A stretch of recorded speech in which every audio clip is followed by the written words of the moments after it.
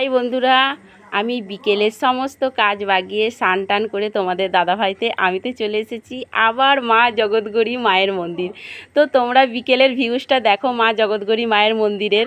তো আমার তো খুবই ভালো লেগেছে। আর যে ঠাকুমা থাকে সানজল দেয় বিকেলে, তো ঠাকুমার সঙ্গে একটু গল্প করে নিলাম। আর এত মন ভরে মাকে পুজো দিস, তো মাকে মন ভরে এত প্রণাম করেছি আর কাছ থেকে এত সুন্দরভাবে দেখেছি, তো তোমাদেরকে কি বলবো বন্ধুরা।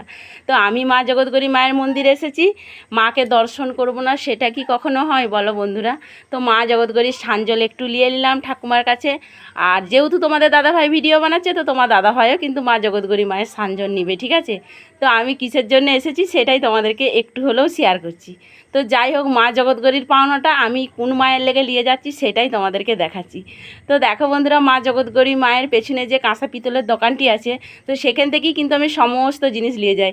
তো দেখো বন্ধুরা, আমি কিনেছি একটা ঘন্টা, ঠিক আছে। মা জগৎগৌরী মায়ের গিফটটা আমি আমাদের মা মনসাকে দিচ্ছি।